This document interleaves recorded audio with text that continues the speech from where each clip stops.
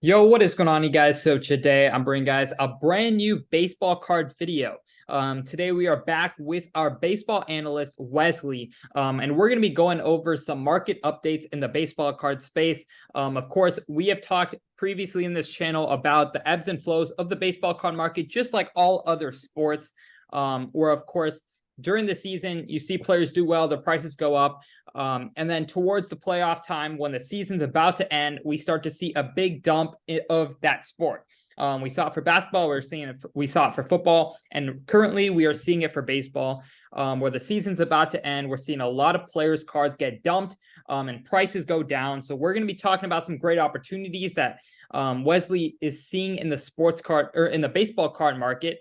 Good times to buy a lot of players who may have bottomed out. We're going to be talking about a lot of different things revolving this topic. So thank you, Wesley, for joining us.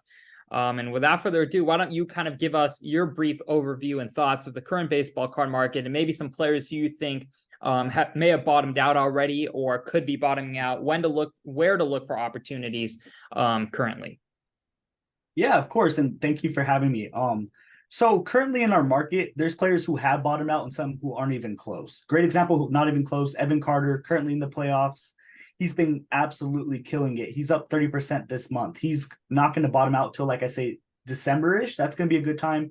And there's players that have, season-ending injuries like O'Neal Cruz, Aaron Judge. Judge did come back, but their markets have already tanked. They are pretty low, and I think there's a lot of great buying opportunities currently for players like that as well.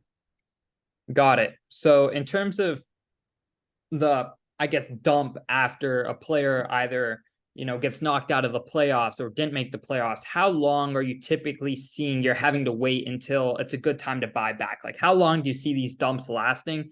Where, for example, if a player got knocked out of the playoffs today, at what point would you say they become a good buying opportunity? How do you kind of track that and see, okay, now is a good time to get back in? I think his prices have kind of hit the floor of where they're going to hit this offseason.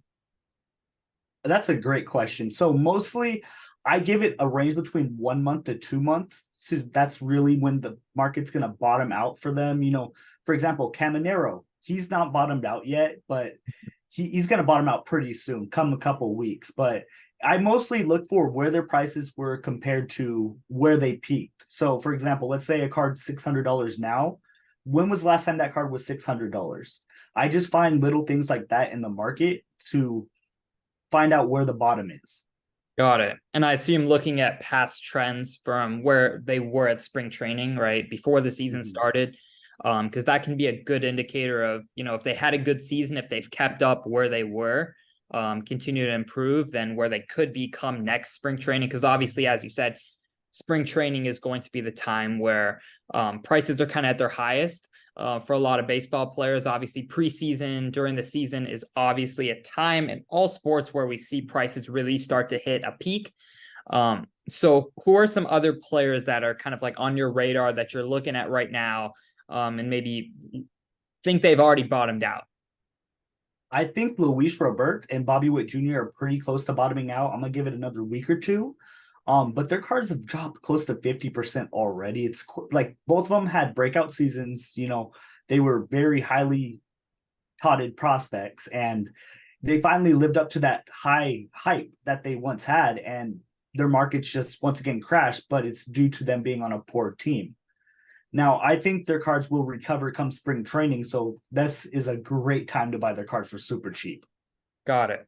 And for those specific players, like what cards would you suggest people go after? Because obviously some cards are going to have a higher bounce up than others. Of course, cards that more investors may be looking at come, spring training. How do you kind of, you know, look at, obviously there are different parallels. First Bowman's obviously, where a lot of the money goes for investing. So what are kind of like the parallels you're looking for, the grades, etc., that you kind of want to jump on? So usually I like going after refractors, which is out of 499, and true blues out of 150. I stick to usually PSA 10s for those. And now if true golds out of 50, true oranges, I will buy nines of those just because of how low of a pop they are. but usually you want to stay with the trues. You want to stay away from like your blue waves and your gold waves. They just don't hold as much value long term and short term. Got it. So in terms of, I know there's probably a lot of players who, especially in the basketball and football space, you see this a lot, where they might have been hurt the past year and their prices are really suffering. So how do you kind of spot which players are going to generate hype, even though they were hurt? And, see great returns, because obviously you can see, for example, in basketball, a prime example could be LaMelo Ball, who was hurt last year. Everyone kind of forgot about his cards, and now the hype is really generating for his cards, and his cards have seen a roughly 50% increase over the offseason. So who are kind of some of those opportunities you're seeing, and how do you determine, whether you think, their prices are going to bounce up or not? I think LaMelo Ball was a great person to bring up because O'Neal Cruz, he'd had a great rookie season. He actually, a lot of people forget how great it was. He had 17 home runs in 87 games compared to Ellie's 13 home runs in 90 plus games. So people forget he was a lot better rookie than Ellie. And, he only played 9 games last year. He destroyed his ankle, unfortunately, but he's healthy now. He's going to be back better than ever. And I think come spring training, he's going to have a lot of hype around him. He's going to be one of those guys that climb a lot because his prices are way too low currently. Got it. Who are kind of some other guys who are on your radar? Just in terms of good investments, maybe they had a poor season last year, they're on a bad team, they got knocked out of the playoffs, etc., that you see, starting to bottom out. One guy who I think is really sneaky is Jordan Walker for the Cardinals.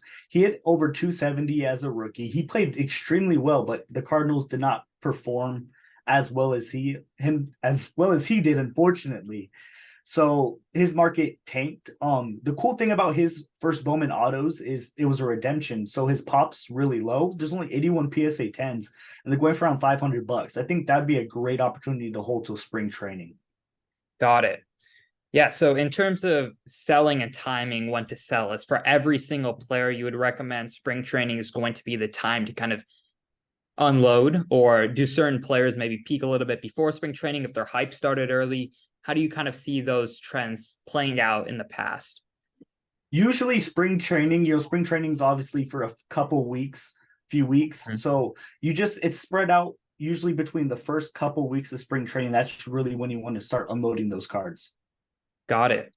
Well, I appreciate it, Wes, for coming on. If you guys do want more baseball card videos, definitely let us know. And we actually did launch a membership program a couple months ago where we are giving out picks of players that we are seeing opportunities of before they ever hit YouTube, and an extensive list of reports that we put out every single week. So we are, of course, opening spots up for that membership program. And Wes, why don't you kind of tell them a little bit more about what they can expect and some, successes we've seen in the past? Yeah, so usually we do buy sells. It's so important buying. Like right now is a great time to buy, but you don't want to be caught holding too long as well. So we teach you, when to sell, what players are good, long-term holds. A great example is Otani's rookie batting card from 2018 first Bowman. And I believe it was July. We were recommending people to buy it. No, sorry, it was June, excuse me, for $650. And come August, it was selling for $1,600 for $1,000 profit. We recommended people sell it right there and then, and the card's now worth $400. So hopefully our members took advantage of that, made their $1,000 profits, and hopefully you guys will be able to as well. Great. Yeah. So definitely click the link down below to head to our website, sportscardsinvest.com. Definitely go ahead, sign up if you are interested in our picks. But thank you so much for Wes for joining us. And if you guys want more baseball videos, make sure to like and subscribe. We are on our road to 50,000 subscribers. Other than that, I hope y'all enjoyed. Thank you, Wes, and we're out. Peace.